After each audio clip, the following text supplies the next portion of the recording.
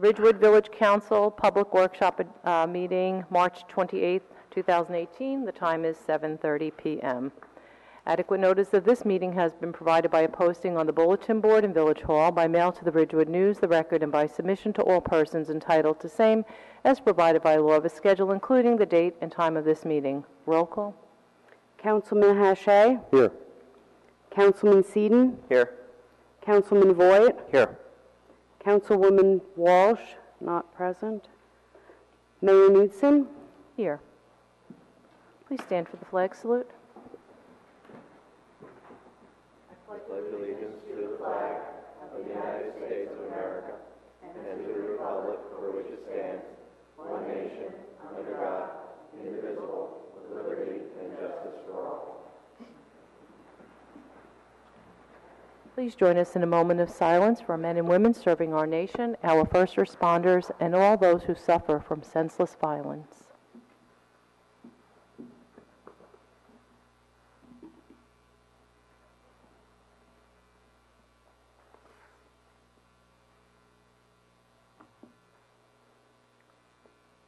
Thank you.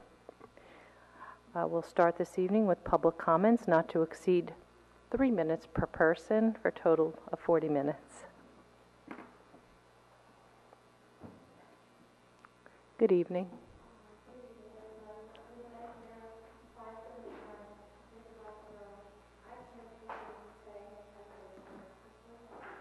Linda, could you just speak into the microphone because I'm having a little bit of trouble hearing you.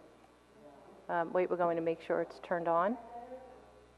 There you go. That's better. Boy, we need our assistance, don't we? I would like to say a few words about Leonard Eisen, who passed away on March 18th at the age of 90. I don't want to cry. He graduated from Syracuse University and served 4 years in the Navy as a lieutenant, serving as a navigator and executive officer on diplomatic tours in the Middle East.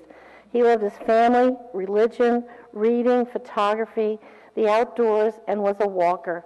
He was a frequent attendee and contributor at Board of Ed meetings and council meetings, always speaking for the people, and always gave a national and global perspective. I am so thankful I could call him a friend, and he was really like a teacher to me. Okay, now this is not depressing. So number 2 is the skateboard park. I had heard at one of the meetings about the idea of instituting a charge or a permit for use of the skateboard park, and then I heard Boyd Loving comment, and I was thinking that since I was one of the original people back when we put the skateboard park in, I wanted to say this. I am hoping that we will not need to charge our youth for the use of the skateboard park. When the Municipal Alliance was the RYC, the Ridgewood Youth Council, we raised over $40,000 for the community center and set aside $5,000 for a skateboard park with movable equipment to give the kids a safe and legal place to skate. At that time, they were often in town using any available ramp, stairs, and or curbs. The park has served that purpose. I would hate to alter the positive outcomes by instituting a charge that they may not be able to pay or won't. You know, skateboard kids are not generally rule followers, having had 2 of them. Okay, and the last is artificial turf at Maple Field. I forwarded for many years information and studies regarding artificial turf, and I have just taken a few highlights from statements that appear in documented sources, which I can forward to you again if you don't have them at hand. Okay, these are just statements right from, I haven't even taken them out and changed the wording. 1, athletes prefer playing on real grass. Students and professional athletes alike prefer grass and believe that playing on synthetic turf increases injury and exposes them to health concerns. 2, I'm almost done, cost of grass versus synthetic turf.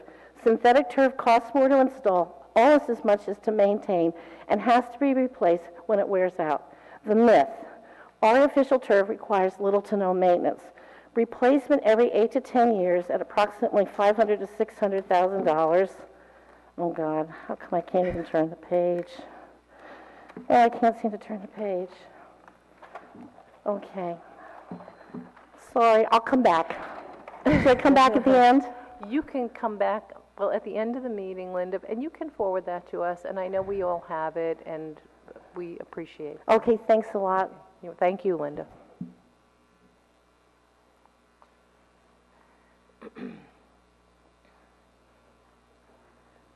I may need additional time. If you don't like what I'm saying, you can cut me off if you like. Russell Forenza, 228 Emmett Place, Ridgewood, New Jersey. Regarding the mayor and nepotism, which I read in the newspaper. Personally, of my opinion, I do not see any problem with her 3 sons working for the village of Ridgewood at all. They have to go and pass tests. They got to go through the police academy. They got to be recommended. And there's no way have a right to have a job like anybody else has a right to have a job. If the village council thinks that there's a problem, then the village council should speak up, but I personally do not think there's a problem with this or anything at all concerning these children. As far as the budget's concerned, and the mayor's voting on the budget with police and fire, there should be no problem. I've done many budgets over my years, and the way the budgets that I am involved in were done, the department directors put them together. They then presented them to the chief financial officer, the treasurer, and the village manager. They all went over these budgets. After the budgets were then finished, they then went to the mayor and the council. Now, if anybody's presuming that the mayor has influence in the budget, well, it's the village clerk that is presenting this budget, and I don't think she's compromised at all. I've known the village clerk for many years, and her integrity is of the utmost of importance, and it always has been. So I do not believe that she would do anything dishonest. She goes by the book, strictly by the book on everything she does, so there should be no problem with that at all. The mayor has every right to vote on that budget. The police budget and the fire budget are mostly made up of steps. So you had first year, whatever the years go, 1st to 10 or whatever it is over the years, and these steps are there. The most they can do is they're putting increases in for the steps. The other portion is the other operating portion of the budget. Whatever gets involved with the other operating portion of the budget, you have to do it and you go with it. But there's 5 people on this council, there's 5 votes. The mayor's not the only vote on this council. Again, I have no skin in this game. I don't care who wins come May.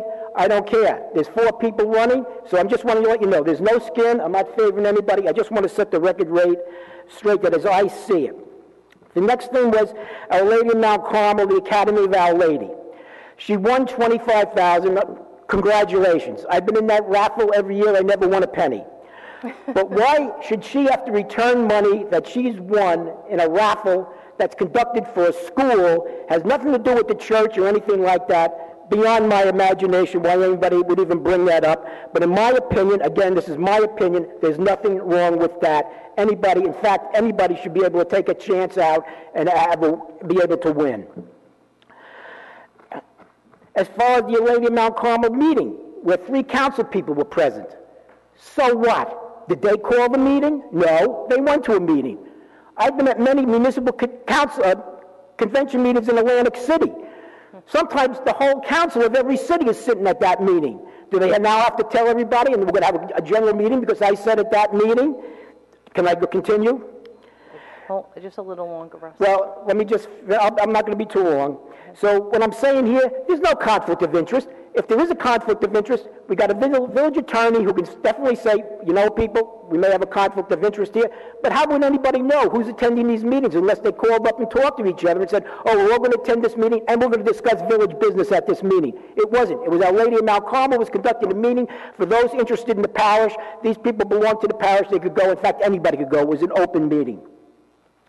As far as residency requirements, most towns and cities in this state have residence requirements. I'm sorry. You can come up at the end of the I meeting. can't. I'm sick. I'm going home. I'm going to bed. So if you give me about another minute, I'll be finished and I'll be out of here. I can't. I can't. And I'm going to comment on it, Russ. And I. Good evening. In Patterson, they allow you to continue. I worked here for 25 years. I've been a resident of this town since 1951. Mayor, I think that's discourteous. I thought, and I'm not trying to help you, Russ. I'm trying to get... Good night.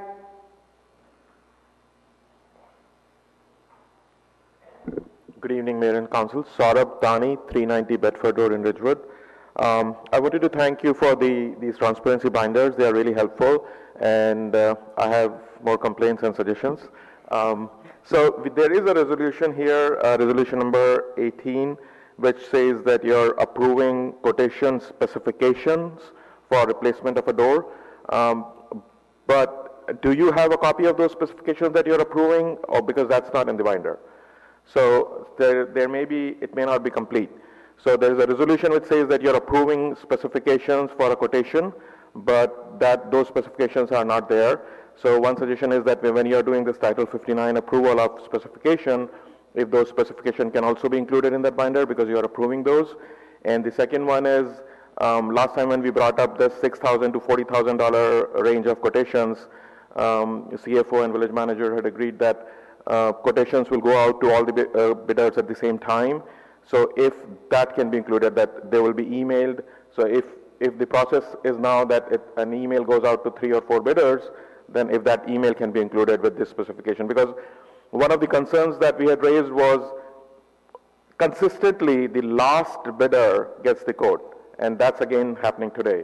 So the person who is getting the quote, they're all $1,000, $1,500 difference in $32,000 range, but the one that is getting the bid it at the end. And there are 3 different brands of doors there. So they are not all bidding on the same brand of door. One is bidding on, so for like brand A, brand B, brand C, and there can be $1,000 difference at the $30,000 range doors when there are 3 different brands. So the recommendation or ask is if you can include that bid specification, so they are all bidding on the same thing, and that email that went out to all the 3, whether that went out on the same day or not. Thank you. Thank you.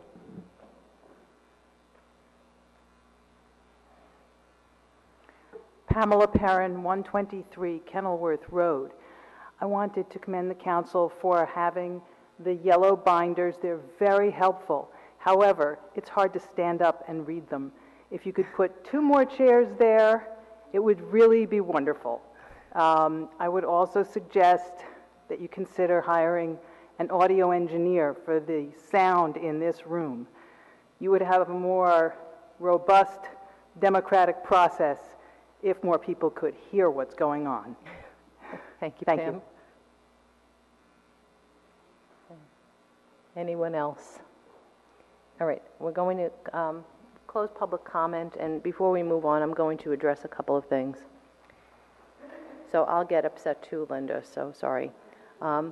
Leonard Eisen was a friend, and he was actually a supporter who very often whispered words of encouragement to me, and I believe to Michael as well.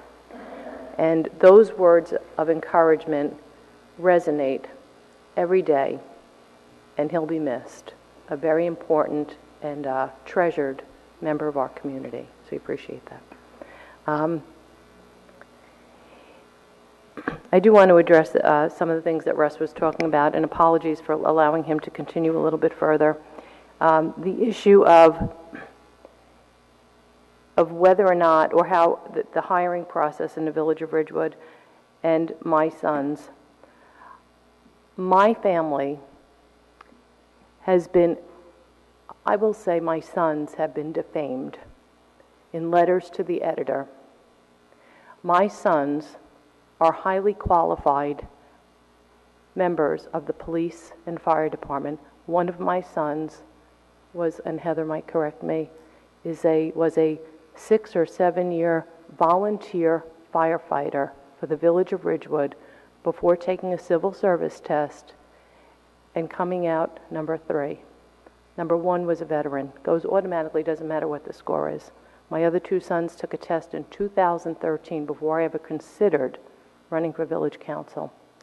The lies, the disgusting and disgraceful, unconscionable attacks have to end.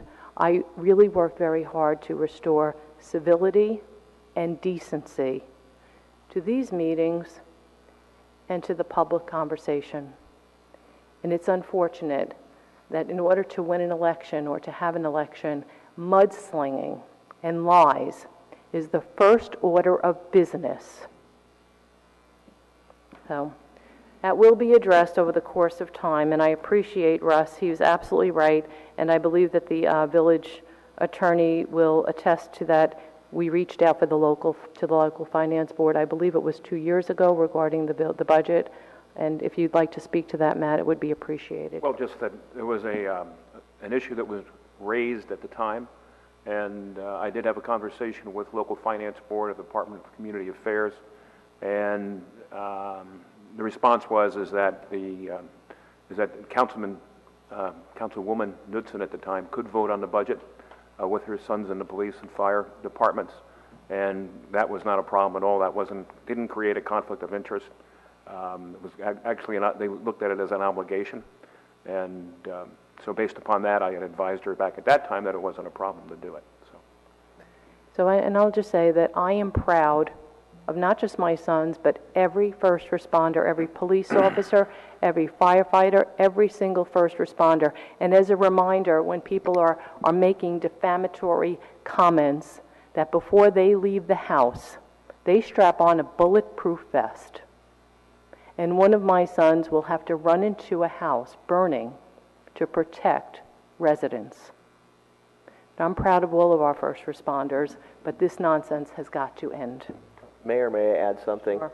Also, if I'm not mistaken, Ridgewood's a civil service town, and if you're going to have a police department, a fire department, it is a requirement that there is a residency requirement for police and fire in a civil service town. That's state regulations, and that has nothing to do with any decision we could make. The decision involving any residency requirement at all that we made at that time was for civilian jobs. Police and fire were never considered because that's a regulation.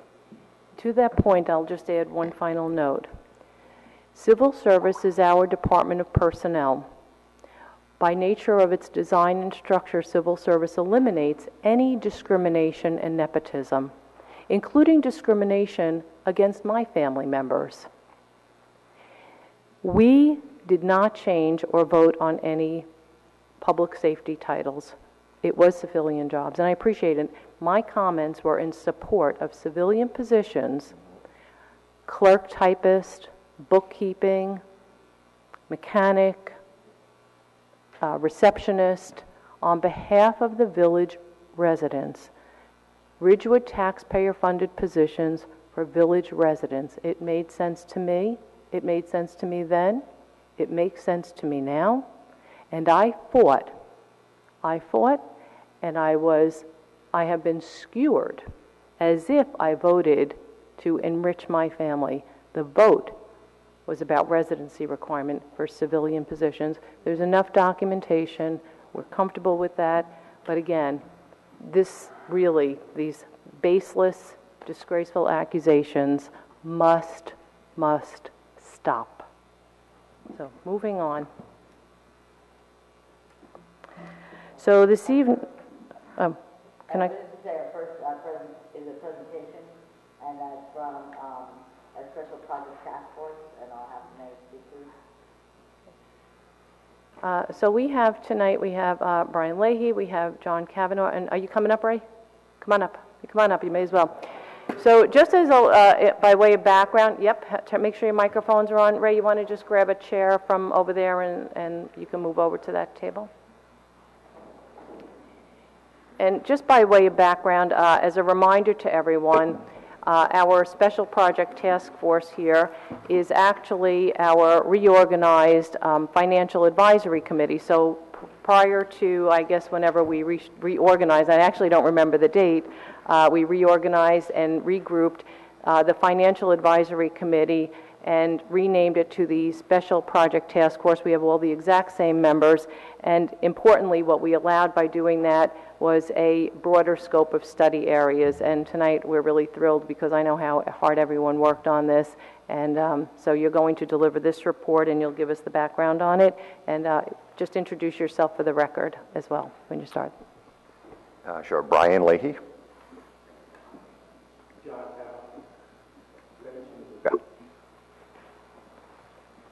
Okay, and as the mayor said, we were asked, our task force was asked in the fall to undertake a project in conjunction with the village staff, looking at the energy savings that the village was receiving or projected to receive through its participation in something called the New Jersey SEM, SEM, which stands for Sustainable Energy Joint Meeting.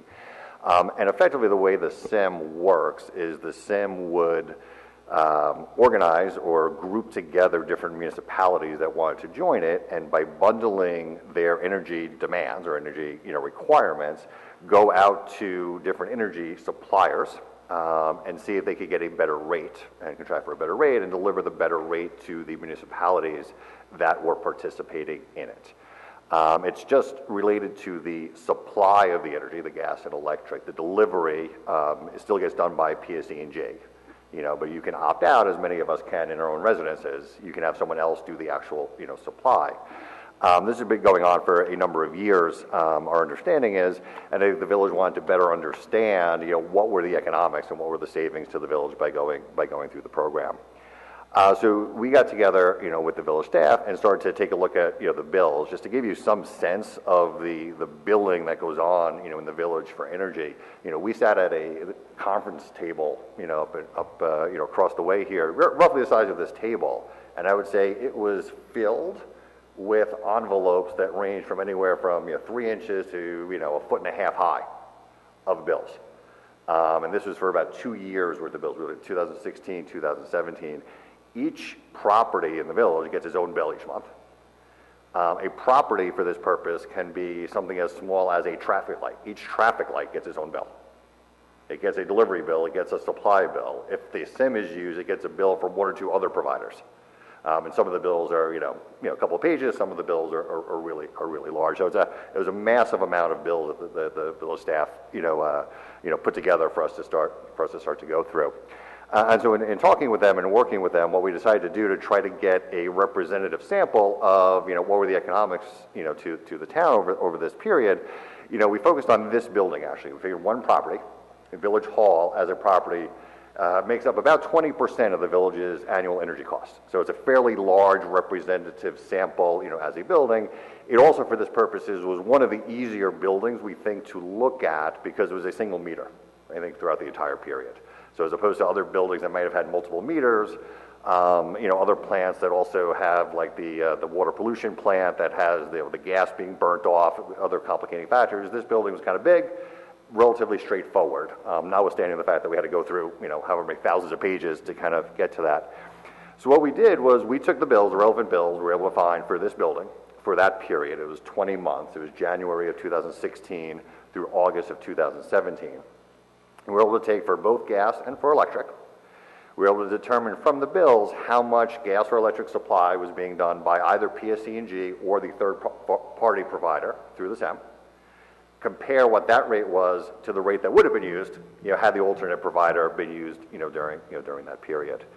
And if I just, I think you have the memo that we wrote up on this. If I could just, I'll walk you through kind of a little bit of the detail. I'm not going to walk you through, every row of the presentation. But if you go to attachment A, which is the gas supply, comparison, I'll just kind of walk you through how the detail works. And I'll just focus on the top row because the rest of them are just, different month periods. For January 2016, again, this is gas supply for Village Hall building. The actual supplier that was used through the SIM was Direct Energy. You can see what the rate was by that supplier, spot 74589, millions of BTUs. The amount used was 203, millions of BTUs. So the invoice coming from Direct Energy for that month for the supply was $1,164.52. Right? In order to get a comparison of how that rate would compare to PSE&G, which would have been the incumbent provider, we actually went and were able to source rates from PSE&G's external website, which kind of lists type of property for all of the months, what the relevant comparable rates were. For that period, the rate through PSE&G was, I need my glasses here, 0.460931, not apples to apples, as you can see. They quoted their rates in therms. You have to do a little bit of conversion to get therms into BTUs, so the equivalent would be 2,117. The bill for PSE&G, had their supply at that rate been used in this building for that month, was $929.52. As you can see, the PSE&G rate was actually cheaper, to the tune of $235, for that month. Okay? You kind of sum that all down for the 20 months, and you can see it's not all the same. Some months are higher, some months are lower, some months are cheaper, some more expensive. You can also see the SIM change the provider. After 2016, a different provider, South Jersey Energy, came in for 2017. But over that period, the village actually paid, in actual cost, $11,812, through the SEM providers. Had PSE&G been supplying the gas during that same period, it would have been $10,674, or actually $1,000 cheaper, which works out to about an 8.8% cost differential that you would have gotten using PSE&G over that same period. If you turn to attachment B, it's effectively a very similar analysis, just on electrical. The one difference with electrical is during the period we looked at in all the bills, the supply actually came from PSE&G for this building. So what you'll see in those first sets of columns is the actual amounts paid to PSE&G, as they were the actual supplier. Interestingly enough, PSE&G was not the supplier to all the village buildings during that period. And I don't understand all of the mechanics of the SEM, but I guess it could opt into certain buildings at certain times. So for each of those same months, we were able to locate a South Jersey Energy bill, which was a SEM provider, to a different village property here. Oftentimes it was the firehouse, and to be able to compare their rates to the PSE&G rates. And as you can see, again, the same story a little bit as what you saw with the gas. Each month is a little bit different. Some are higher, some are lower, some are cheaper, some are more expensive. But as you foot down the totals for the period we looked at, the actual amount paid to PSE&G for the period was $85,606. If the SEM rate, which is being used at other buildings during that period, if that rate had been the supplier here to Village Hall for that period of time, the cost to supply the electric would have been $91,235. So again, that would have been $5,600 more expensive using the SEM than using PSE&G. So again, I think directionally, both the gas and electric over the same period kind of led you to a similar thing. PSE&G was in fact cheaper by anywhere from 6 to 9% cheaper over that period. I think based on our looking at that as a representative sample, looking over 20 months, and obviously there's no guarantees for what this might look like over different periods, different usage, different market rates. Our recommendation would be for the village to explore opting out of the SEM on a going forward basis. It certainly looks like PSE&G rates during this period were substantially cheaper. I think it would be important from our standpoint to also mention to you that by using the SEM creates a tremendous amount of burden on the village finance staff because it means that the village finance staff is getting another set of bills for all the 100-odd properties that are coming in each month, and it's changing without any notice, and so you have to do more reconciliations. They use different account numbers. It's a very big process. I think there's the hard cost. There's also the soft cost to the village staff from having to deal with the changing providers. Let me just point that out, that if you opt out and get a SEM provider, that doesn't mean you don't get a PSE&G bill. You get the PSE&G bill for delivery anyway, so you've just multiplied the invoices by 2. Exactly. And then I think our other recommendation as we went through this process is it would probably be very helpful if the village could find a way to track some of this usage the way we did on a going forward basis, right? To be able to see over different periods if economics are changing, if the energy market is changing, to try to get a better sense of does it make sense in the future. And what we put in our memo, there's 5 properties that we looked at that make up roughly 85% of the village energy costs. So it's not like you're going to have to do all the detail of this the way I described this conference room with thousands and thousands of pages. If we just work on those 5 buildings, it was Village Hall, Water Pollution Control, Traffic and Signal, Parks, Main, and Fire Headquarters. That's roughly 85% of it. So when you kind of think about something that's some work but not a ton of work, probably giving you a lot of value to be able to track this on a going forward basis. So I think that was what we wanted to say. I don't know if you guys want to add anything. We'll take questions if you have them. Okay, questions? Thanks for doing this. So the $6,000 was over 20 months for one building, and that's about 20%. Mm-hmm. So I'm just making rough estimates here. So it's overall, if you looked at, let's say it's 20%, so let's say the entire savings would be $30,000 for over 20 months. So it would be a savings of $18,000 per year. I'm just doing the simple math. So in essence, if we were to opt out of this, we would save $18,000 per year. Is that right? About right? And $6 grand at 20% would be $30 grand, right? 30,000? So, yeah, 30,000, that's Yeah. over 20 months. So I'm looking Oh, at, correct. I'm Sorry, looking yeah. at a year basis. Correct. So it's Yep. about $18,000 that would be saved per year. Exactly, and hard costs, again, assuming these rough economic scenarios, right, during this period. Okay. Thank you. Thank you very much for your presentation, and I didn't have any questions at this time. Councilman Hachey.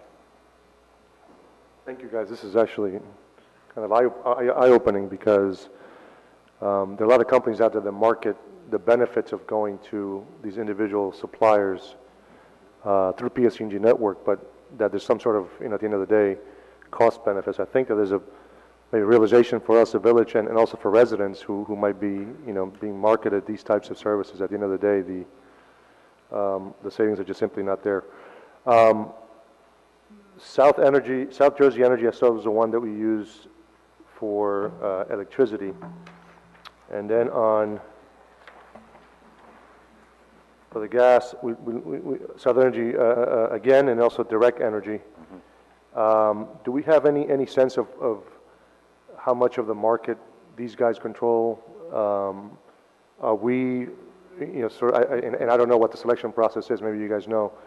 Are we getting sort of the cheapest provider in our radar screen? Or are we getting sort of the most popular kind of kid around? Because what it should have been, the benefit, I guess, theoretically would have been having the option to shop around for the lowest rate. Obviously, it didn't happen here. Anything that you can kind of, shed some light as to how we can improve the process of maybe getting access to those that are doing a little bit cheaper? It's a good question. We didn't do a lot of research into the different marketing conditions. I would say that the thing we did learn through this, though, is that as a municipality, right, your decision effectively is to opt in or out of the SEM. The control over the decision making over what energy provider they get and for what period and what rate is done by the SEM. So they don't give you, here's your three choices. Right. I'm with you, SEM. And then SIM does the work of figuring out, and they're pitching, obviously, that they will give you a better rate. So you choose kind of a binary yes or no with the SIM, and then the SIM does the subcontracting effectively, for that. I'm guessing, is there a way to kind of hold these guys' feet to the fire and say, listen, you said there would be a benefit to this, and now in retrospect there wasn't.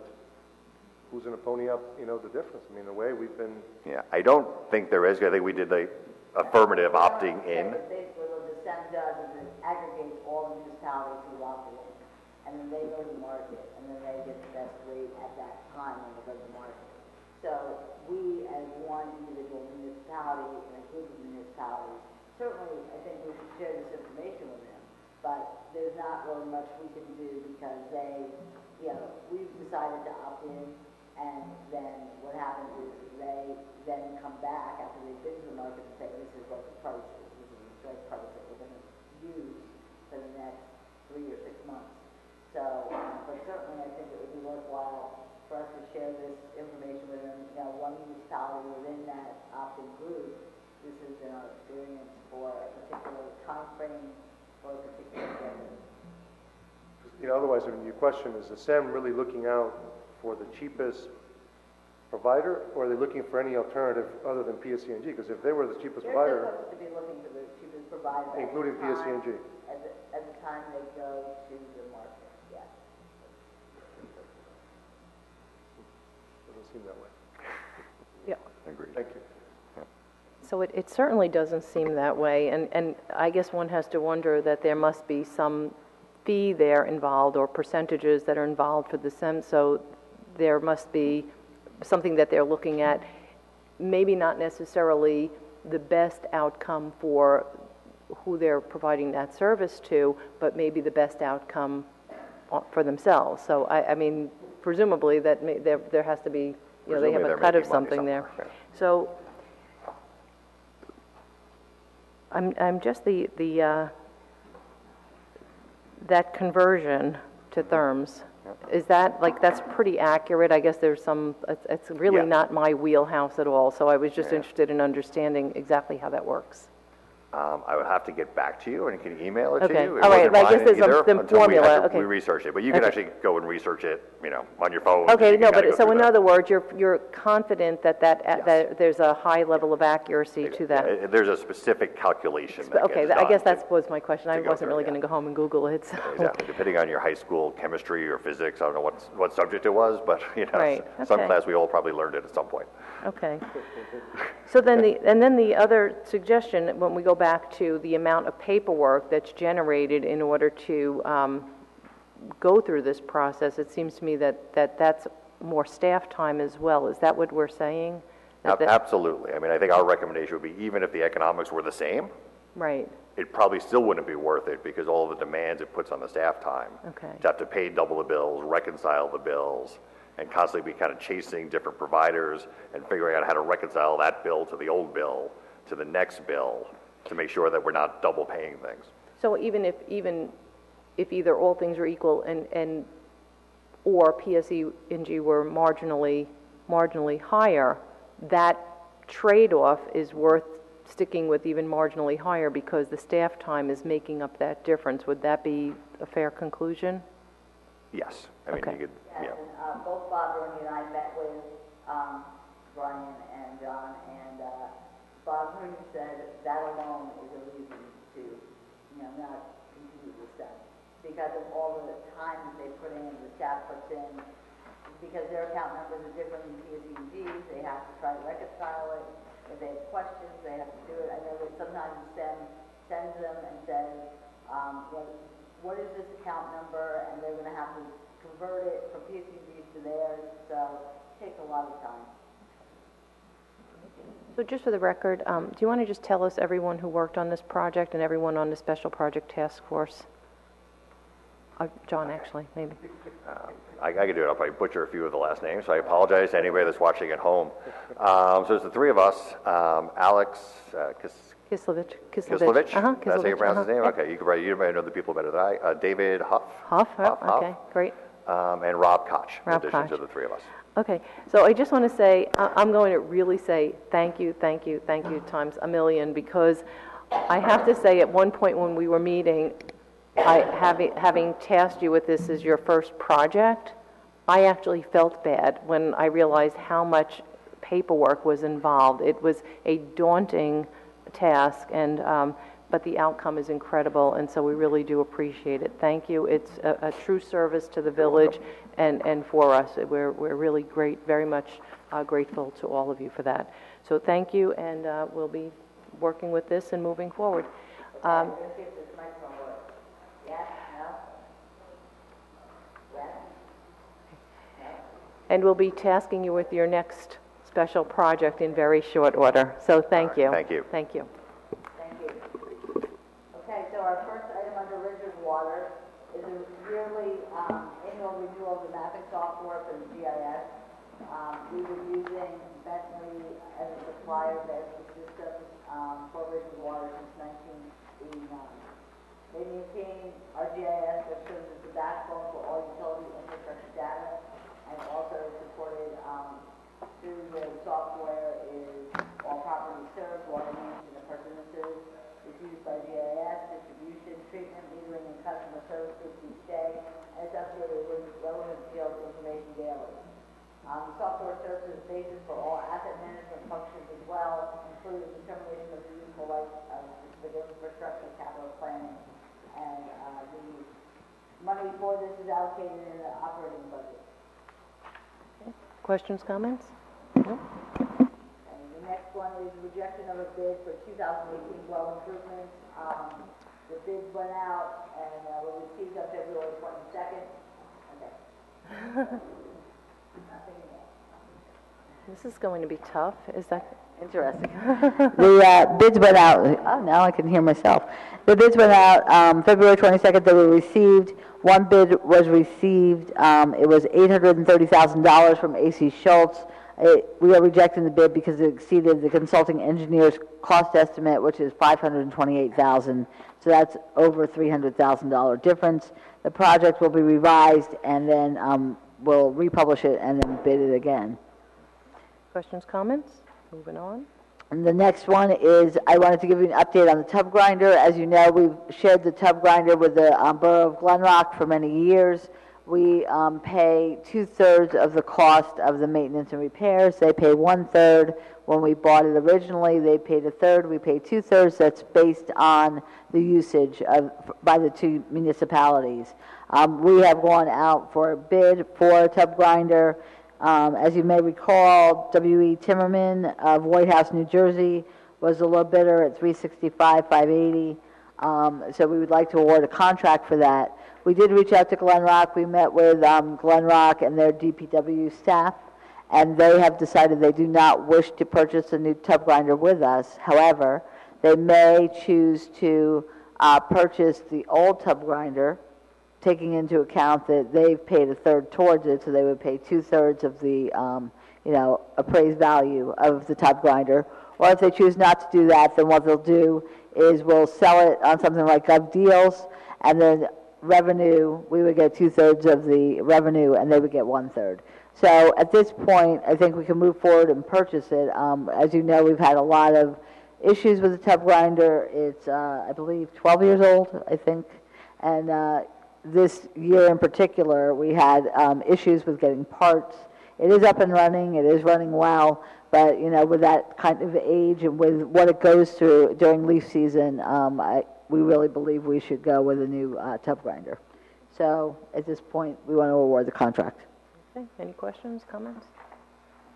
Okay, the next one is awarding a contract for replacement of interior and exterior main entrance doors at Village Hall. This is to replace the lobby doors and the doors off the patio during the budget meeting. You did hear about this. They've received quotes from 3 contractors, 3 written quotes. Automatic Door Systems of North Arlington, New Jersey was the lowest quote at $29,000. The other quotes were Cap Electronics, $30,620, and All Class Glass, $33,345. Funds for this work is actually already allocated in a previous capital budget, so we can move forward with this if the council is in agreement. So I just had a question, but Chris isn't here. No, he's not here this evening. Oh, I could get an answer for you. What's your question? It just seemed to me that the $33,345 had items listed on it that aren't listed on the lower priced bid. And so I wanted to find out if those old things were equal, or if there was actually something more that was included in that higher bid. Because I hate to see sometimes if we go out to bid and then we find out that's something and then it's an add-on. Okay. So it's possible that it just doesn't look like it's all the same. All right, let me take a look at that. Let me get an answer for you. But if they are all the same, would it then be acceptable to move forward? Yes. Okay. I mean, for me, I don't know about anyone. Is everyone else okay? Okay, this will help a lot. We have, as the mayor calls it, a ghost door, which when sometimes the lobby doors will open and they'll just, as you walk through it, they'll close and then they'll keep opening. So it's very bad for energy efficiency, obviously. During the winter, the heat's going out. During the warmer months, the air conditioning's going out. And then there's also issues with the patio door not closing completely either. So that's why we were looking to do this. So I just want to say that I actually have a video of the doors in the middle of the night opening and closing.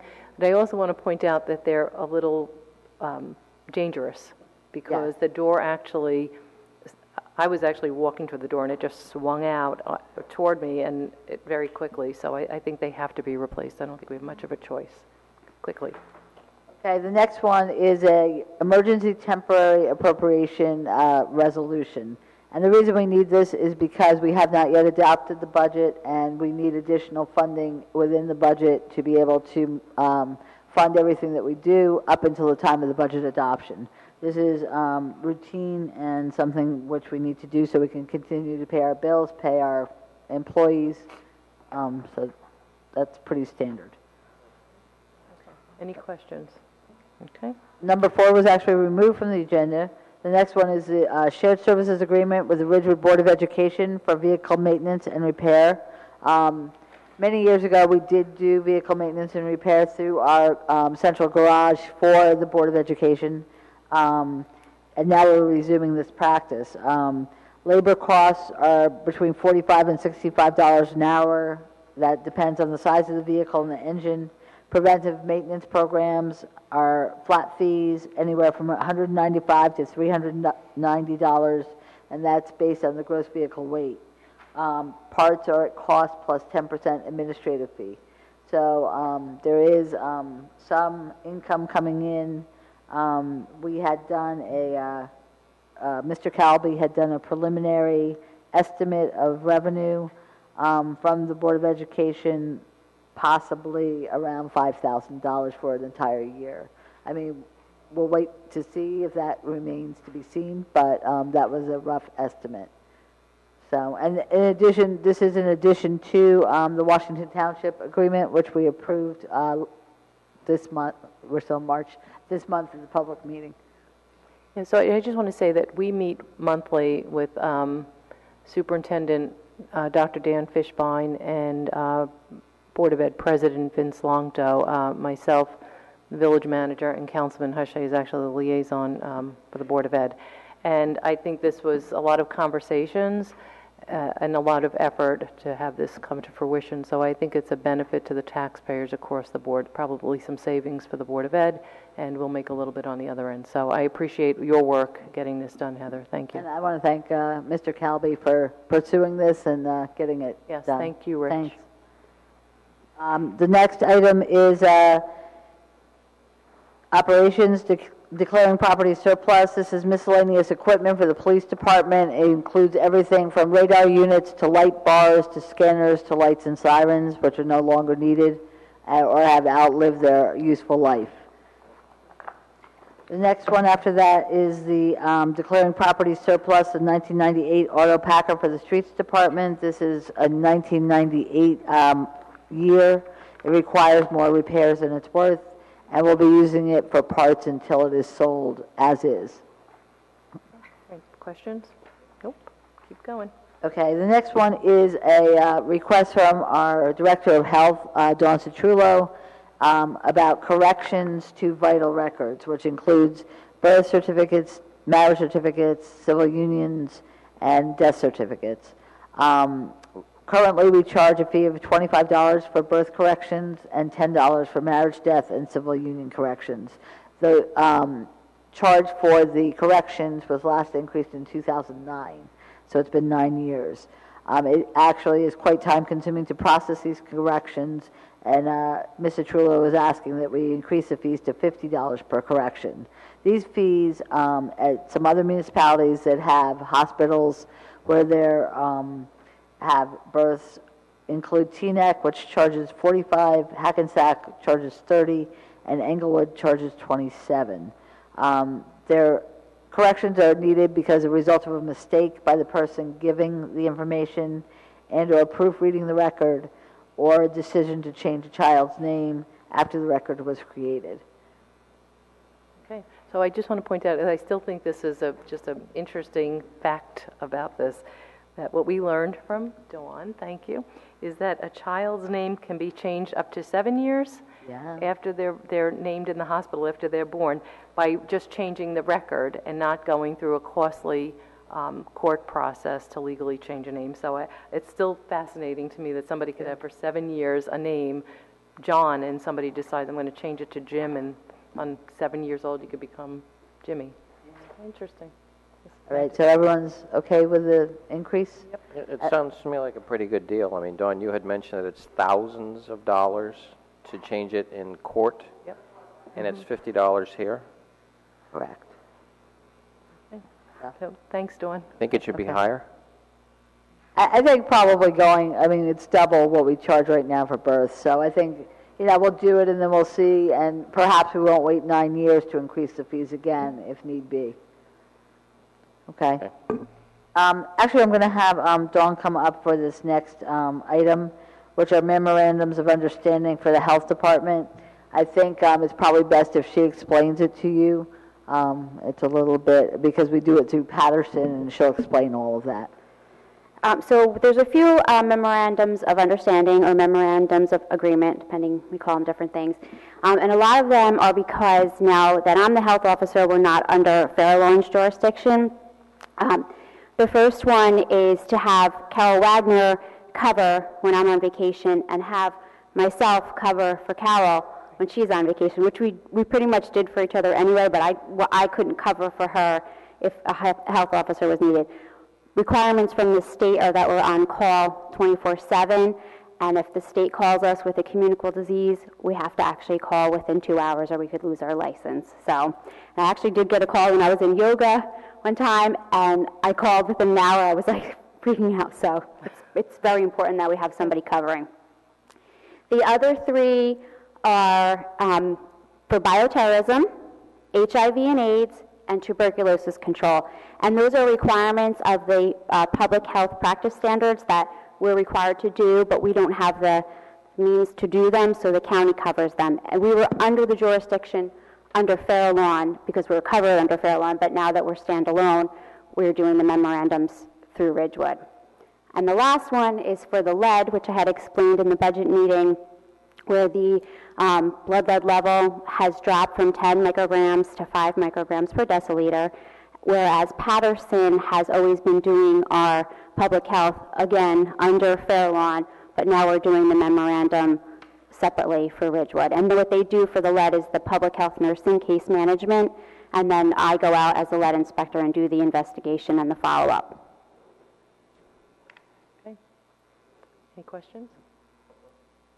Questions? So is that the lead issue, is that something you're publicizing on like the website or anything, that the change in that number? Is that something parents need to be concerned about? Basically, the pediatricians are supposed to be testing for it. They're supposed to be testing the same way. It's just that if the lead level comes back at a 5, we're going to act on it, where in the past we had acted on it as a 10. Okay. And basically with the grant, we're trying to increase encouraging people to get their children tested. Unfortunately, even though it is a requirement for age 1 and age 2, only about 30 to 35% of kids are actually being tested. Wow. So our goal in public health is prevention, is to try to get parents to encourage them to test. So we do work with the nursery schools. We put articles in the paper. We do some stuff on Facebook and just talk about it. We actually send information to pediatricians in the area as well, just to encourage them. And then our job is to go in if there's after the fact, if a child is elevated. Dawn, since you're here, why don't you just mention some of the ways that there's lead being, ingested or how that's happening for these children? Okay, that's great. So basically we assume when we hear of a child that has lead poisoning, we assume that it comes from the paint on the walls from an older house, but we've had different cases recently, and I've actually had some interesting cases where there was a spice from the country of Georgia, and I actually had 2 separate cases, not near each other, don't know each other, where they each purchased, well, the one was a babysitter brought a spice home from the country of Georgia, and the other one was the family lives in Georgia, and the kids were in Georgia, and they brought the spices home. And the level for it to be considered to have lead in it is 5 micrograms per deciliter, and the first one I had 24,000. And this most recent one, that was about 2 years ago, and this most recent one had 14,000. So that's something that people didn't know. When I first found out, I actually did a presentation for the Maternal and Child Health Consortium talking to them about it, and I had pictures and I brought samples, and just to get people to start really looking, because we actually had to look in their cabinets and start pulling things out because we couldn't find out where the lead was coming from. And so one of the other things I found was an antique trunk. Someone had a trunk and they were using it as a coffee table, and it was really pretty, but it had this like grayish blue paint on it, and the child was taking his car and riding on and then like touching it with his milk, putting his hands in his mouth, and that's where his lead poisoning came from. So we have to really look at different sources of lead. Toys, I'm sure you've seen recalls of toys, and just certain foods that aren't labeled properly that come from other countries. We don't know the regulations on them. But I also, with the first case that I had, we had brought in this machine which Patterson borrowed. It's an XRF analyzer, but it's a consumer products analyzer, and basically what you do is you would take a teacup a toy, and you would put it on this thing, and it would tell you if it had lead. And, just for curiosity, I brought some things that I had, and I had a bowl that was purchased at Kmart. It was this blue bowl that I had used since it was before I got married, and I was using it all these years. It was loaded with lead. The child's little tea, the tea sets, was like a little teacup thing, and it had a butterfly on it, had lead in it, just things you wouldn't think of. So you really want to be careful with what they're putting in their mouth. So. Thank you, Dawn. Thank you You're so welcome. much. Appreciate it. Thank you. The next one is professional services award of contract for the master plan visioning process. The council does have a letter from Michael Caffarelli, who's the planning board secretary, regarding this, and I'll let the mayor speak to this because I know that she was involved in the subcommittee that interviewed the various consultants. So I happen to think this is like the most exciting thing that we can be doing in the village of Ridgewood. Our master plan presently is more than 35 years old. It's outdated and not reflective of appropriate development patterns or future, how we would envision it for Ridgewood. And as some of us know, there have been a lot of, this phone is making all sorts of sounds. I'm sorry. I don't know what's going on with it. It keeps beeping. Okay, anyway, moving on. This conference phone keeps making beeps if anyone's hearing it. In any event, so I guess last year we budgeted money for a new master plan, and last year the planning board assembled a master plan advisory committee to look at the entire process, which was very new to us, to really wrap our heads around the logistics of getting a master plan done. And the first part of a master plan process is what's called a visioning, and that allows the community, members of our community, residents, stakeholders to come together in meetings. There's a big public outreach so that everybody has input in how they think the village will look, not 10 years from now, not 20 years from now, but 30, 40, 50 years from now. So we're really looking out into the future of how we want to see Ridgewood exist 50 years from now, and what kind of Ridgewood will leave for future generations. So this is really exciting. NB5 was the really an outstanding candidate for this particular process. We will have our own web page. They will develop our own web page. They'll do an extensive outreach through social media, through newspapers, through email, calls, cold calls. They have a very extensive outreach to the community, multiple charrettes throughout for a couple of, maybe 2 or 3 charrettes, where residents can come in and go to different tables and participate in different areas of the master plan that are of particular interest to them. So NV5 really was an outstanding candidate. We were very excited when we interviewed them. They were really had an outstanding program and process that they would allow us to engage in. So we're really excited, and I wasn't at the planning board meeting when the planning board voted on it. I know Councilman Voigt was, and based on the information he had an opportunity to review, he voted affirmative. Do you want to have any comments on that, Jeff? No, I'm actually looking forward to doing this. I think it's going to be fun. So I think it's actually exciting. It's an exciting opportunity. So any questions, anyone? No, I just wanted to say also that it's, I think it's long overdue. It could memorialize what we have, and it's probably one of the most forward-looking things that we could do as a council. And before we move on, I just want to say that we start our planning board meetings at 7:30 on a Tuesday night twice a month, and in order to really get this together and first get through the process and understand everything, the Master Plan Advisory Committee was meeting on every single Tuesday of a planning board night. We started at about 6 o'clock, I would say. So I really do need to thank Melanie McWilliams, who's sitting here tonight. She's a planning board member and a member of that advisory committee. Joel Torrielli, who was the vice chairman to the planning board, and Richard Joel, who's the chairman to the planning board. So the 4 of us, we've, I think we really should owe a debt of gratitude for their time, energy, and effort. No, thank you. Okay, the next item is authorizing the execution for NJDEP treatment works approval. The Ridgewood Water Company's Car Well facility is constructing a granulated activated carbon treatment system, which we've all seen, and we have seen the towers. Some of the backwash water has to go into our sanitary sewer collection system. and then it has to be treated by our water pollution control facility. The quantity requires a treatment works approval from the NJDEP related to the sanitary sewer discharge. The treatment works approval requires an authorized representative of the village to sign it. We're going to designate Mr. Redesauser to do so. And then he mentions that the quantity of the discharge will trigger the village's EDU ordinance for significant sewer dischargers, with a fee due to the village in the range of about $30,000 per year based on the quantity discharged. So that would be coming from Ridgewood Water to the village of Ridgewood. Any questions on that? No? Okay. Okay, the next one is another declaring property surplus. This is the Graydon Pool inflatable Whibbit.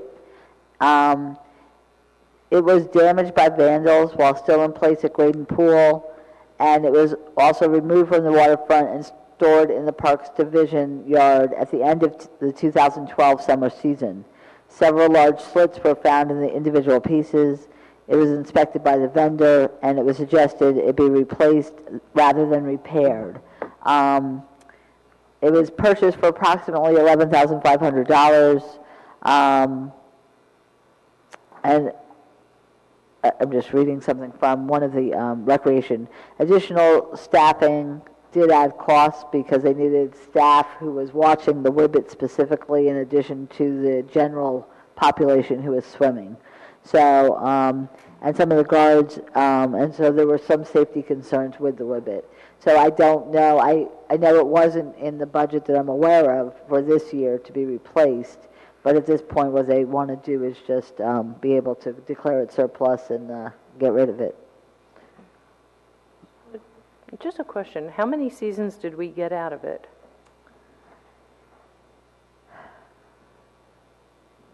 It says we purchased it in 2011 and at the end of the second season, so 2 seasons. It was damaged. So we basically got like maybe 4 months, 6 months. Yeah, like 6 months total, probably. All right. Okay. The next one is a site access agreement for the North Walnut Street parking lot. Geographic Services, Inc. is working for 32 Cottage Place, and they're requesting access to our North Walnut Street parking lot. It's been included in the investigation area for the subsurface contamination affecting 32 Cottage Place. They want to be able to sample the groundwater monitoring wells about the village's parking lot. And what they will do is they will share with the village any data generated by the investigation. Anyone have any questions on this? Yeah, Heather, there seems to be some kind of a stream that's flowing underneath the North Walnut Street all the way down to Cottage Place. Is that right? Correct. And it's contaminated. Correct. And so it's dry cleaner contamination, it looks like. Got it. So what does that mean? What it's allowing this company to do who's working on the contamination is to look at our monitoring wells in the North Walnut Street parking lot. Yeah. So it's granting them access to that area so that they can continue their... Oh, no, I understand that. I'm concerned as to what do we do if it just sounds like it's contaminated. I mean, it needs to be cleaned up. Is that That's right? what this company is doing. Well, they're looking at the wells, but they're not cleaning it up. But that's part of there's been an effort, if I might. Go ahead. They've already, this has been a recognized underground plume of contaminated water that has come down for a number of years. Sure. It goes right through a number of properties right along Franklin and into our North Walnut Street parking lot. The DEP has monitored it. They've given us certain requirements to take care of, one of which is placement of monitoring wells. Yep. And the monitoring wells is oftentimes a remedy that the DEP uses to make sure that certain levels aren't exceeded. There's no further contamination other than what's existing there. And the effort to try and clean it up would start up top, but this access has to do with monitoring, or at least investigating, going in to see the monitoring wells that are along in the North Walnut Street parking lot, which is kind of down at the bottom of the plume. So it's not actually the cleanup of the contamination. That is occurring, and there's a separate aspect of this that goes on for that up at the top. The exact parameters of it all, I'm not exactly sure right now. But Chris has the requirements from DEP with regard to that. Could he come in and just talk to us about what's going on here? I mean, it seems to be a little bit concerning. I'm concerned about it. I mean, if this is... This has been ongoing for years. No, I mean, we're well aware of it, and we have been monitoring it. I am aware of it, but this seems to, based on these wells, it looks like it's a little bit worse than we had even anticipated or imagined. And, no? Yes? I mean, it's been the same for a long time. Yeah. So, but I think maybe it's easy if you, or Chris contacts you and you... Yeah, no, it's fine. I just want to understand what this all means. Consistent. No, I get it. I'm But just, I'm just trying to dispel the alarm, but at the same time, give you the answer that you need. Yeah, so I mean, can we talk to, I mean... Yeah, I'll have Chris contact you. Good, thank you. Are we going to lose any parking spaces because of the wells? Wells are already there. They're there. Oh, okay. This is They've been just there for a long granting, time. right, it's granting this company access to those monitoring wells. Oh, okay. It's That's an what agreement this so is that if doing. they do anything while they're there, they're going to be responsible for it and the like. Okay, thank you. So the last item is a liquor license transfer. Rocco Berardi has held a pocket liquor license, which means it is not at a cited premise for years, and he has found a buyer. The owners of BB Ridgewood LLC, trading as Bear Burger, they've filed the person-to-person and place-to-place transfer application. It's been investigated by our police department. The applicants have been, the owners of this entity have also been investigated, fingerprinted. So the police department has signed off on it, and so we, as long as the council's okay with it, we will consider a resolution to transfer this liquor license on April 11th at our public meeting. Questions? Anyone? Cocktails at Bear Burger. Yes. Okay, so the next item is the manager's report. I have a few things to report. I just want to thank all of our staff again and our first responders who have been called upon several times this winter through various storms and nor'easters. We appreciate their dedication, their support, and their professionalism to keep us all safe. I mean, it's hard to believe that it was only a week ago we were under snow again. I'm hoping that was the last of it, and we're moving into spring finally. The one-time special pickup of branches and limbs, as you know, the Parks Department is going, along with the Streets Department, is going to pick up the branches and limbs that came down in the March 7th nor'easter. We have finished Section A, Area A. We began Area B today, and Area C will begin on April 2nd, which is Monday. And then once that area is cleared, then we'll go on to Section D. If you're able to bring your limbs or branches to the Graden Pool parking lot, you can bring them there. There's a barricaded area where you can leave them. Trees on private property remain the responsibility of the homeowner. Once this pickup has taken place, there will be no additional pickups of trees and limbs and branches. And we just ask that you please do not place yard waste out with your limbs and branches. Yard waste pickup actually begins April 16th. We will not be picking up the yard waste at this time, so please don't put it out with these limbs and branches. Restoration work on the stairs from Corsa Terrace to Pease Library began yesterday, continue today. They're going to be closed during this time. This means that pedestrians must walk down Corsa Terrace to West Ridgewood Avenue while the work is being done. This restoration work will continue on a daily basis, excluding weekends, weather permitting. So the stairs were not in good shape. I'm glad they're finally getting replaced, and I'm sure those who use it every day are as well. We have a shred day coming up on Saturday, April 7th, rain or shine, is the Graden Pool parking lot from 9 a.m. to 12:30 for village residents. Bergen County will begin their street work in early April. They will be milling and paving East Ridgewood Avenue in Ridgewood, Racetrack Road, a small section of West Saddle River Road, and Bogart to East Saddle River Road. They will also be paving East Ridgewood Avenue from Route 17 to Paramus Road, and then Paramus Road from East Ridgewood Avenue to Century Road.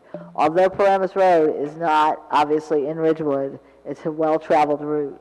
I can tell you they are looking at closing down to one lane and they also may have other detours. So if you normally use Paramus Road, it'll be over about a 2-week period that it's going to be from the Route 17 to Paramus Road and then Paramus Road to Century Road.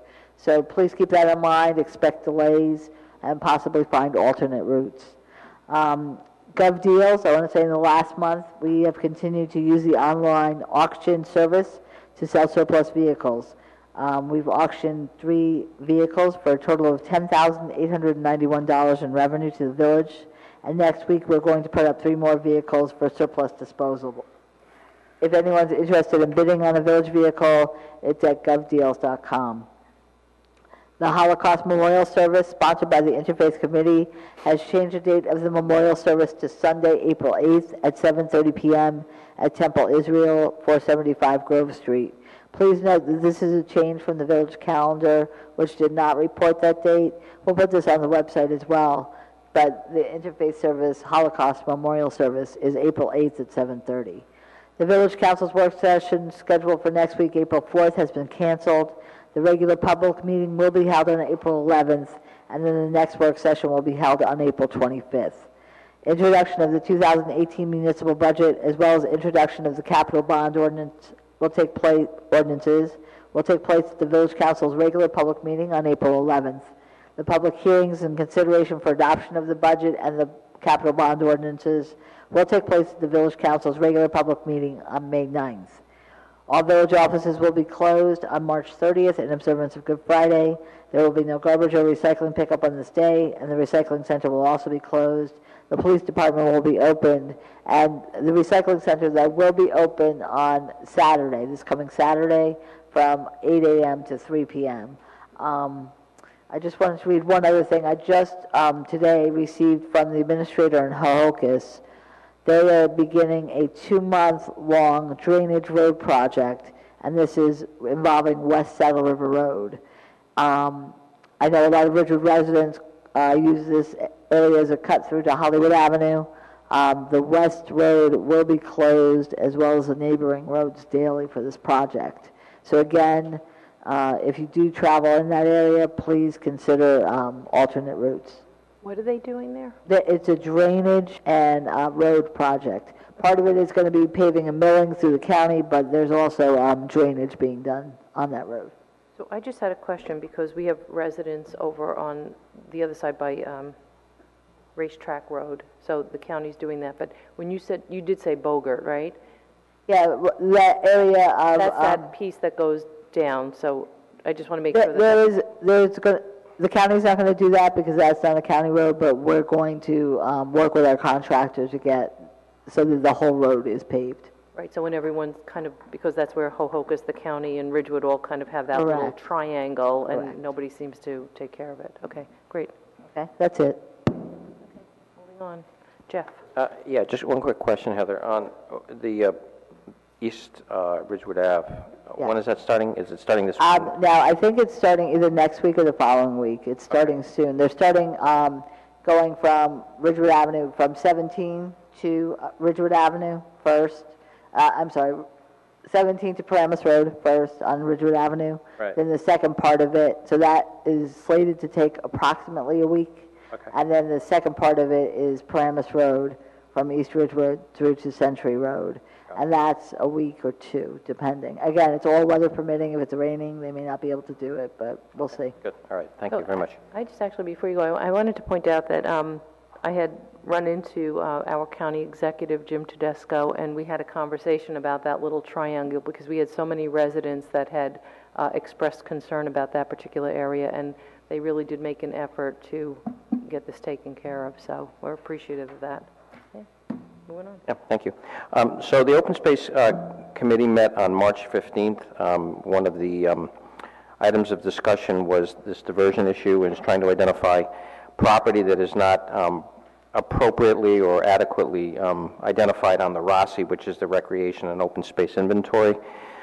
We did identify a couple of parcels that we may be able to talk with Green Acres about. We have a conversation tomorrow with them about potentially putting these on the ROSI and satisfying that diversion issue, so that we can in turn start working with Green Acres again in purchasing open space land, and as well, I think they're holding some of our money. We'll be able to get that as well. So tomorrow, I guess at 10 o'clock, we have a conversation with Green Acres as it relates to that. Planning Board met on March 20th. We had discussions on 200/210 South Broad Street, which is south of the Dayton development or the Brogan area. The applicant is seeking to renovate 200 South Broad Street and make it into medical office space for subspecialty practices. They're looking to share parking with 210 South Broad, which would allow for a combined, in total, 30 to 31 parking spaces for them. However, they need 38 parking spaces based on the size of the property that they're looking to develop. So they are short a number of spaces, 7 to 8 spaces. The contention by the applicant is that those additional spaces could be found on South Broad and some of the feeder streets. However, we're still in discussions on that, and that is an ongoing an issue as it relates to this particular property. Library Board of Trustees meeting met last night.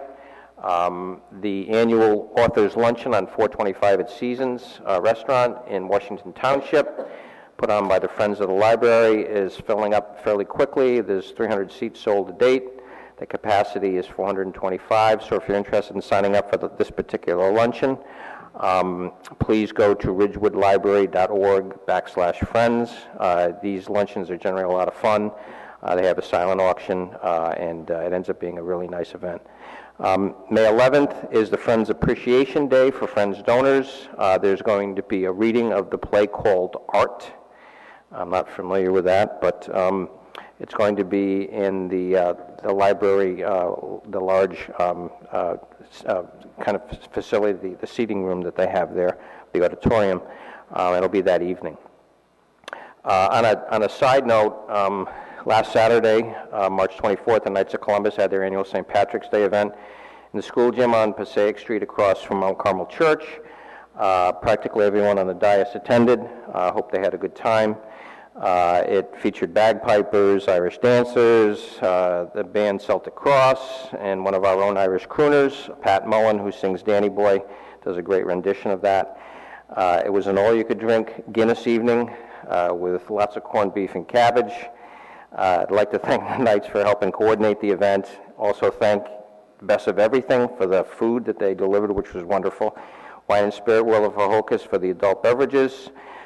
We raised, I think, in excess of over $8,000, which will all go to charity.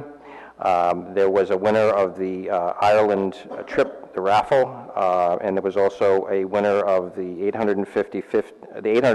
an $850 50-50 raffle. Generously, the two people actually who won, they split it at $425. They gave practically all of it back to us. So it was really a very nice thing to do. Next year's event will be held on March 23rd. The pictures for the event are up on the Knights of Columbus Facebook page. So, thank you. Deputy Mayor. Thank you, Mayor. The Ridgewood Environmental Advisory Committee and the Green Team met March 20th, and the topic of discussion was there are several things through Sustainable Jersey that have to deal with master plan and zoning and sustainability. So for the visioning process, we're guaranteed a bunch of residents who are going to be interested in participating, and there's some of the things they'll be bringing up. So we're all pretty excited about that. The Community Center Advisory Board met on the 22nd. And working with Age-Friendly Ridgewood, they have identified 4 potential spots in the Central Business District for benches. So we're just working through some of the details with engineering. So benches should be put up in spots around the Central Business District for older people or anybody who's walking around and wants to take a rest. They'll have a place to do so throughout. And also, they'll be bringing in new tables for the community center. That we're going to try one out just to see how well it works, and potentially bring in 10 tables, 9 to 10 tables that are 36 by 36, so they're like card tables, but they're much more sturdy. And I think that was it. Thank you. Thank you. Councilman Hachey. Not much going on. Just a quick Update on the Board of Ed, we had our monthly meeting. It was a very lively discussion. I would have hoped that now, being the second time that we meet after the unfortunate events in Parkland, that we would have gotten a little bit further along with the SRO. Still some resistance to the Board of Ed paying for half of the SRO. What we're proposing is giving them an officer, which would be dedicated to the Board of Ed for 180 days out of a 260-day work year. So they're getting 70% of that officer at half the cost. And that still seems to be a problem. They had offered to pay for 34%. So I'm hoping that next time around we get a little bit further on that. I'm not sure what the resistance is, but there's something that's very important, and we need to get on top of this as quickly as possible. We also had a discussion about the Board of Ed elections, the fact that there was very little information about what happens around the elections. There's apparently one seat coming up, but there's no information about it. Apparently the county is now responsible for posting the information. One of the things that we suggested was, well, the Board of Ed is not prohibited from publishing that information, so maybe they can provide a little bit more clarity as to what the schedule of the seats that are coming up are, and when are the deadlines that people can apply to register as candidates. That was it. I really don't have anything, but just wanted to tie into the school resource officer. So, we can't put a price on safety. We certainly can't put a price on our children's safety. We do have a police officer that's actually beginning training as an SRO, and so it's important to note that the issue of who's paying for what is not going to stop us from moving forward with that SRO. The issue is that the SRO becomes a full-time police officer for the schools, and we subsequently lose one of our police officers on the road. So we have to replace that officer and pay him or her. So it's important to note that it's not that the SRO isn't going to happen. Our haggling over who's paying for how much, and it's all taxpayer dollars at the end of the day, but it's important to know that. The SRO, I think the SRO is beginning training in April, am I correct? Okay, with the county, so that's the county program, great. And in the meantime, what we've done is, because we know there's a heightened concern about school safety and the safety of our children, and we are right now rotating officers throughout the schools, and we think there's a tangible benefit to that by allowing police officers, as they're rotating in and out, to become more familiar with the faces of our students, and the students are becoming more familiar with our police officers. The more familiarity they have with our police officers, the more comfortable they are to see something, say something, or to confide in those officers and to bring very important information forward. So we're very comfortable that we have our schools covered and that our SRO will be moving forward. So we're pleased with that. It's something we've been working hard to get taken care of. And beyond that, go ahead. My apologies, I forgot to announce something. The Ridgewood Environmental Advisory Committee teams up with the Ridgewood Conservancy for Public Lands for the Earth Day Festival at Van Ness Square Memorial Park. That will be April 22nd from 11 till 2. The park's filled with vendors and people and dog parades and daffodils and everything green, so come on out and enjoy the day. It's always fun, rain or shine, hopefully shine, and that's it. Sorry. Okay. Great, thank you. So we're going to...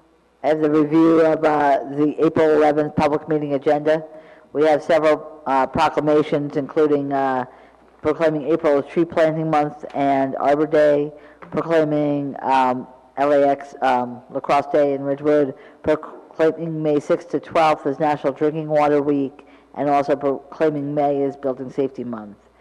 We have introduction of the Water Utility Capital Ordinance.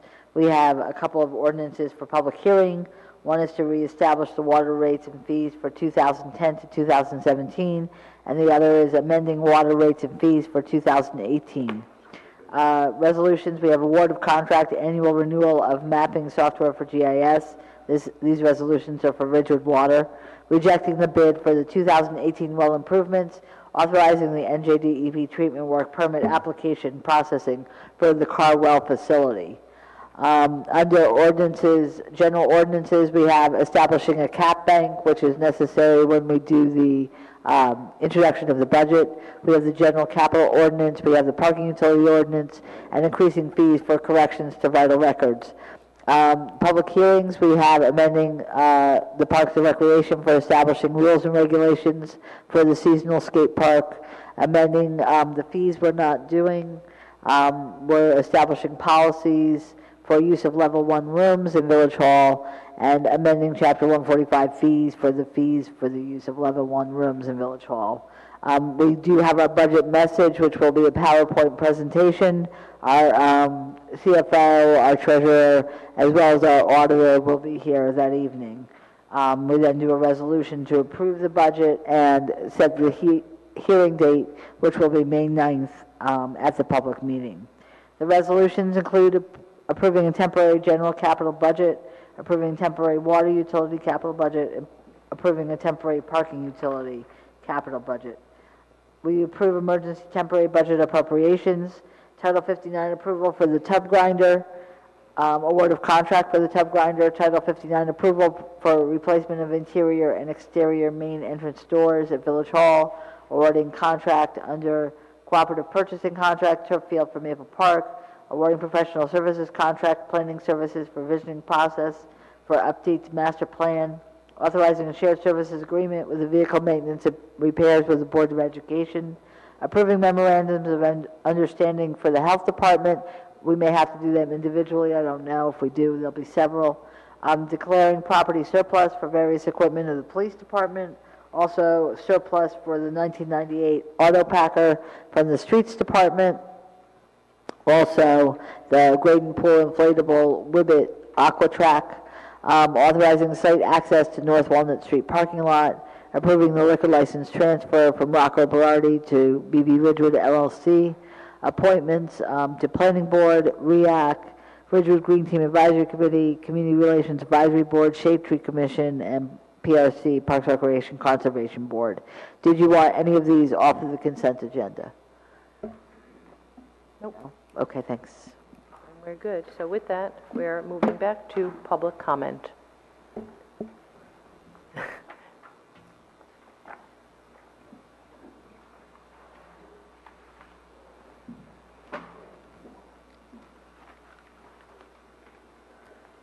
Good evening. Kevin Matesic, 836 Morningside Road, Ridgewood, New Jersey. Proud citizen of Ridgewood for over half a century. I was driving by, I haven't spoken here in a while, so I wanted to come by and just give my views on the garage proposal for Hudson Street. Really bad idea. I've looked at the plans, I've been listening to the various meetings. It doesn't fit there. It's going to be bad for traffic. But I really think it's a bad idea because I haven't heard anybody explain why we need this garage in that spot. I hear a lot of complaints about, you know, we can't find parking on Friday night for the restaurants, we can't do this, we can't do that. But I haven't heard anybody come out and say, this is why we need this garage, this is why we need to risk village money, our taxpayer dollars, to put this structure in that place. And it's very concerning. A little bit of historical perspective for those of you who remember, no, I can't remember the names, McHugh's and Seal Ponds, two best stores that Ridgewood ever had, and the best parking that any store in Ridgewood ever had. And they both eventually failed with the passage of time. And what we've done now is built up this restaurant base. And I've heard people say, well, we need to build this parking so that the restaurants have space on Friday and Saturday night. And I think for us to prop up failed business models, because that's what they are, for all these restaurants to be in town now is a mistake. We have to ask ourselves questions, and maybe we could think of, fish, for instance. Why did fish fail? Did fish fail, we could ask, paraphrasing Ben Franklin, because after 3 days, and like an unwanted guest, it stank which I think many people would say it did stink, it wasn't good, so people didn't go? Or did it fail because of a lack of parking? When a restaurant is superb, people will park down the street, they'll find a place to get there. When a restaurant stinks, they won't go. So other uses have to be considered for these buildings. You have to let the free market decide what goes into these buildings. And if we try to social engineer and we try to prop up businesses that are failing, what you'll be doing is taking tax dollars, and I'll say this bluntly, I think you'll be taking them from us, we'll be taking them from us. I won't even lay it all on you. We will be stealing from ourselves and giving that money to failed businesses. The other reason that I've heard articulated is that with the new multifamily housing, they're going to need parking. They're going to need parking either for the residents or their guests. Now, as you know, I have an interest in the multifamily housing. I think it was a mistake. I don't think we fought it strong enough. I think we need to continue to fight it. But for us to cave and to build the garage for the developers is, frankly, insulting. And again, I'll say it very strongly. I think it's stealing from ourselves, taking money out of our pockets, and giving it to the developers who have come in with failed building plans. The other reason I've heard is that, well, we can support out-of-towners for parking at the Ridgewood train station so they have access. Again, let Wyckoff build a parking lot in Glen Rock. Let Franklin Lakes build a parking lot in Glen Rock. Let them pay for it. Let them put their tax dollars at risk so their residents can park somewhere else by a train station. But for us to say, well, we should do this for out-of-town commuters, and I get the idea, well, then they're going to come in and they're going to shop. No, it just doesn't happen now. It's not going to happen then. So for all these reasons, I haven't heard a good reason to build this garage. I've heard a lot of bad reasons to build this garage. And I seriously believe that if we put the garage in for any of the reasons I just articulated, we are being, frankly, moronic. We're taking money out of our pockets, giving it to failed enterprises, to failed businesses, to failed ideas. And frankly, then we do deserve to lose millions of dollars on the proposition. So don't build it. Thank you. Thank you, Kevin.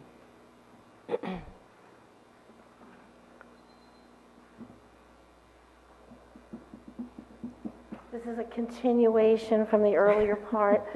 So when I was talking about the myth that there's no maintenance, this was 12 years ago. We came here and said to the council, Give you a minute. sorry, Linda McNamara, 575 Knickerbocker Road. The myth being that there is no maintenance involved with artificial turf, which over the years has been proven over and over not to be true.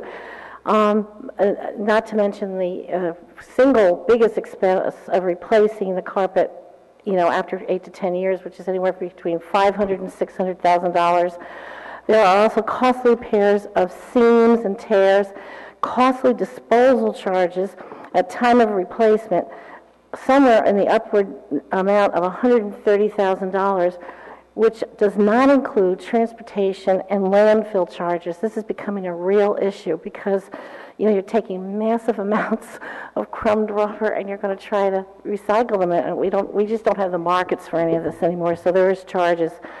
And the number 4, and this was on several websites, artificial turf cleanup and other critical situations. Number 1 for such critical situations is flooding of artificial turf. Now, Maplefield, I know all our schools are in these plains where they're flooding, but Maplefield floods regularly, so it's an active floodplain. And they said, floodwater can destroy the performance of a turf field in a single incident. And while not always having that be the case, the potential for that happening is always there. And then another site said, if you are planning to install artificial turf in a floodplain, or as they said, if you've already made the mistake of doing it, using natural grass or another vegetative source would be preferable to crumb rubber. Now, in our case, that crumb rubber goes right into the brook, so there's huge environmental concerns. And, for years I thought if we ever even asked the kids what they prefer, we would really get some answers. They're the ones that are driving us to be more environmentally friendly, and I'm sure that would be something that they would like to have had a say in. Now, they talk about Nike crumb rubber, which is supposedly a different brand of regular old tire rubber. Nike rubber is taking old Nike sneakers and using that in place of crumb rubber. And the thing with Nike sneakers is it has less chemical additives to it because the kids wear it. But it is not totally safe, and it still goes into the brook and becomes a concern. And then, just last, if I could have my way, and my way would be to have natural grass go back there, we do need a cost durability analysis and an environmental impact study. It doesn't even have to be a big one. I know years ago we used REACT, but so much more information is out there now. And I think this should be done before we spend that kind of money in a replacement field, especially a crumb rubber infill. And I haven't heard, I've listened to the meetings, and I heard Nancy Bigelow speak. No one tells me if it's, and I heard Michael Winograd talk about cork. And I know a lot of people in the business, and, it's moving towards vegetative alternatives. And I think it would do us well to look into that. And if it's more money, but it's safer and it's not as environmentally unfriendly, it might be a way to go. And last, I really think it's the time when our sports teams register, a fee should include a designated user fee for maintenance and replacement. It could be something like $5 or $10 that would be added to the registration fee. And this would help significantly to set off the cost to the taxpayer for inevitable expenditures. And I think it's just like at the high school. We got used to that user fee. I think it's gone up every year. But, and then I heard Boyd talk about it at one point, I know in the end we all pay for everything. So I truly get that. But I think that a user fee is more practical for situations where a majority of the people, especially older people, aren't paying. So you wouldn't see that necessarily in a tax increase. And the last thing I want to say, thank you for that report about the Board of Ed. And I've always been a proponent of an SRO, especially going back all the years that we had provided it. And I think I heard that the Board of Ed currently has hired somebody from February to end of June, a retired police officer, and he's there to kind of do an analysis of where the, maybe not detriments, but where there would be under kind of some kind of, so anyway, thank you very much. Come back to the next meeting and finish. Thanks, Linda.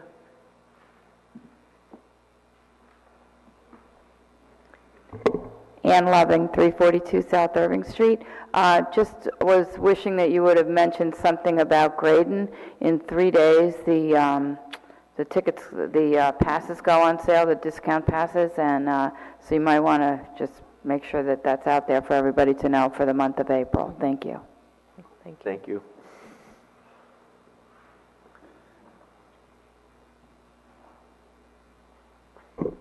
Good evening again. Saurabh Dani, 390 Bedford Road in Ridgewood. I just wanted to say I completely agree with Kevin that in this last few months of the garage rounds, there hasn't been any case made that why do we even need a garage. And there is a lot of us residents really believe that this garage is going to support primarily the high density housing or the 3 or 4 restaurants that are attached to that specific location, and none of those are putting any money towards the down payment. There's no goodwill towards that, and on the high density housing's benefit, I want to add that I still own a place in Hudson County, and in the townhouse they had 2 parking lots, 2 space parking, a garage, a driveway, and then 2 on the side street. And even those 4 parking are sometimes less when the guests are there, and people still complain about, my tenant yesterday complained about a car being towed because they had guests and 4 parking lot spaces were not enough. So if it may be too late now that you're all set to make the garage, but if you do pass that garage bond, if you can put something there which ensures us that it will not be primarily used in those evening hours by the high-density housing residents, that will really give us some assurance that the intentions are good. Something, because if it's Friday, Saturday night for the restaurants, and if Friday, Saturday night, if you have given the night passes to those residents, and if they come in and pass at 7 p.m., then restaurants are not going to be able to use those spaces.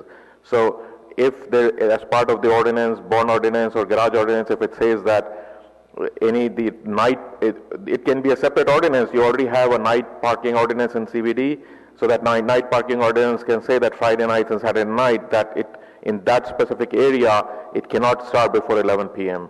And that will really tell us that yes, Friday nights and Saturday nights, those guys are not going to occupy that, and it will add to some confidence. Thank you.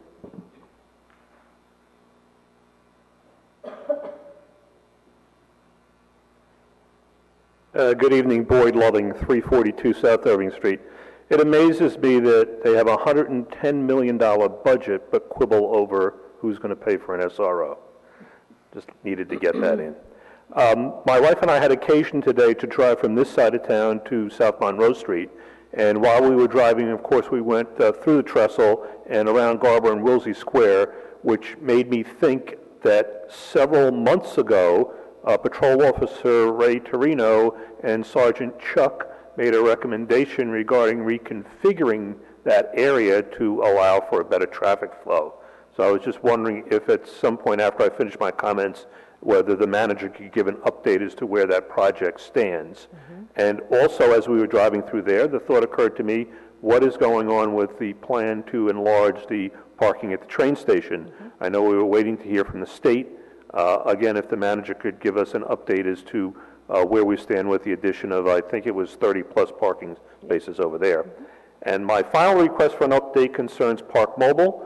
I know that there was, I believe the contract ended at the end of February. There was a request, verbal request made for an extension. I suggested that that be put in writing. I guess we're now March 27th, 28th. Just wanted to know, have we found another vendor, or are we staying with Park Mobile? And if we're staying with Park Mobile, is the rate that we were paying them for the past 3 years going to be continuing, or were we able to negotiate a better rate? So again, if you could give an update on those three things, I think the residents would appreciate it. Thank you very much. Thank you, Boyd. Anyone else? Okay, so you want to start, and I just have a couple of comments. For the Garber and Woolsey Square, that'll be done this spring, summer. What it is basically getting rid of the bike lane from Pease Library up to, the bend to Pease Library. So, and that's where it'll stop, is at Pease Library, and then it'll be continued. The expansion of the train station, SHPO needed additional information. That was sent to them. They asked for additional information again. That was sent to them, I believe, either yesterday or today. So we're still waiting to get approval from them. And then the last thing, Park Mobile, actually, it was a written request to Park Mobile to extend the Park Mobile, the existing contract, to March. We've now given them one more written request for April. We will have a report on Park Mobile from our Parking Utility Director, CFO, at the April 25th work session. So at that point, we'll decide what to do. The council can move forward. We may have to go just one more month into May. It may be that it is Park Mobile. They did submit a proposal. I have not yet seen the analysis by the CFO, Parking Utility Director, but that will be discussed on April 25th. Thank you. Okay. First I have one question about the turf. Did we ever establish what the cost would be to have it replaced natural, that field? Can we do that? I understand the desire for turf is that it would allow for more playtime and the rest times, but I just wonder whether or not it's prudent to at least have a cost analysis done on a grass field.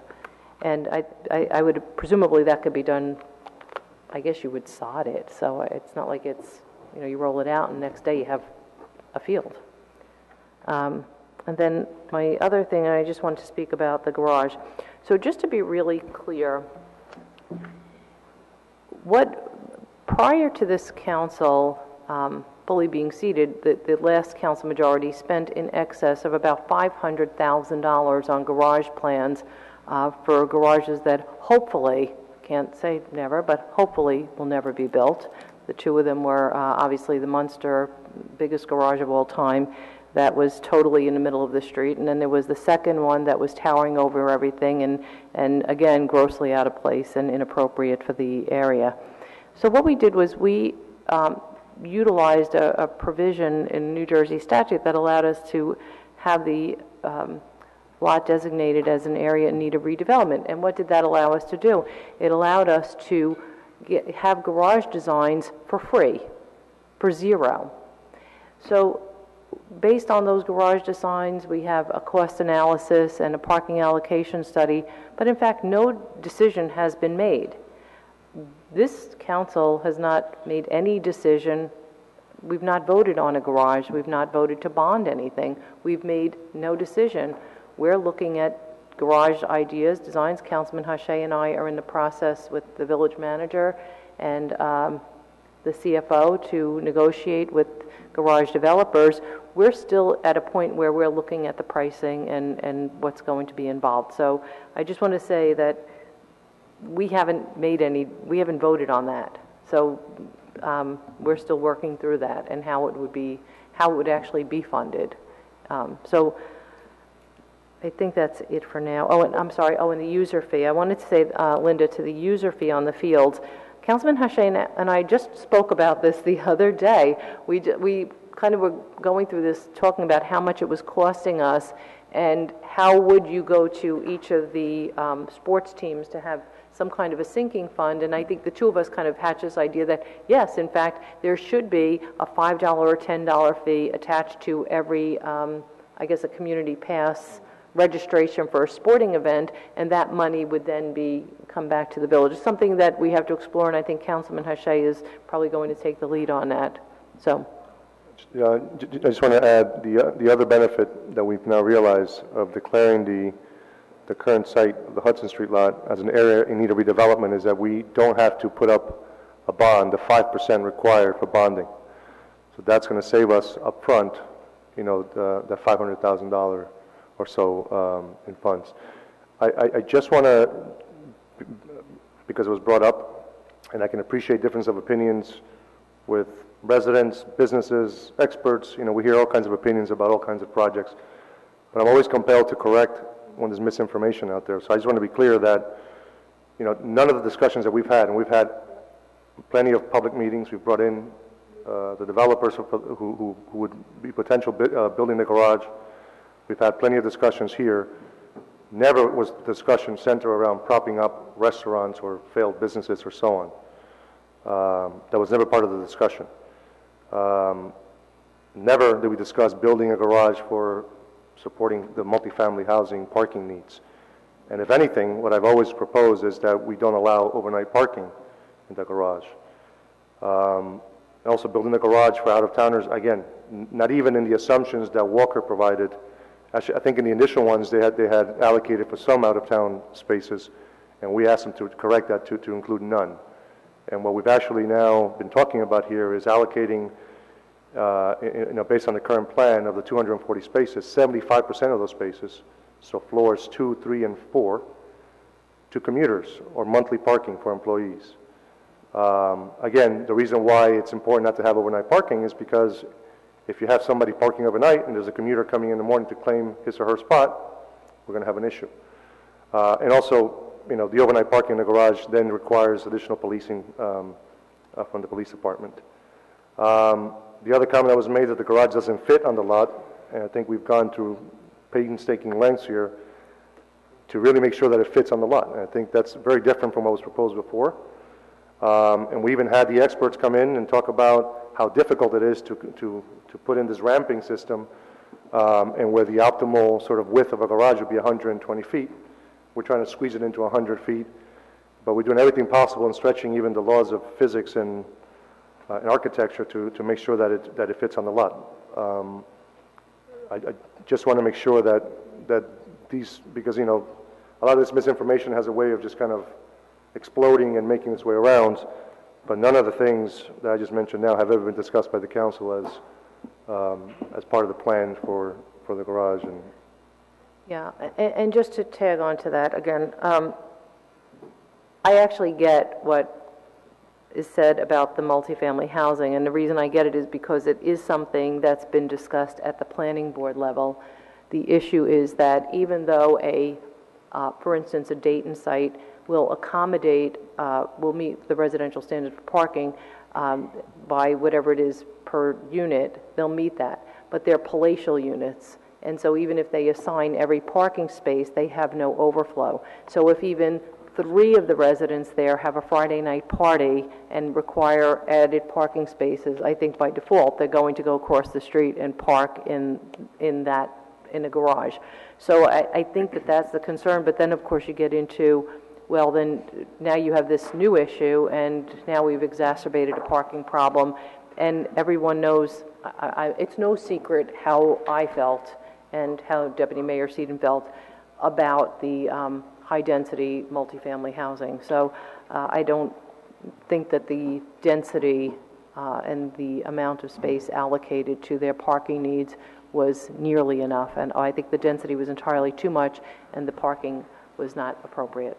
So, but that's our position. Thank you. Thank you. No. I'm sorry, Kevin, we can't do that. No, can't. I'm sorry. Let's go right next. No, The next thing. I'm sorry. I got to call a point of order, Kevin. I'm sorry. It was just public comment, and I try to treat everyone equally on this end. So, all right. So with that, we'll take a motion to go into closed session. A resolution to go into closed session. Sorry.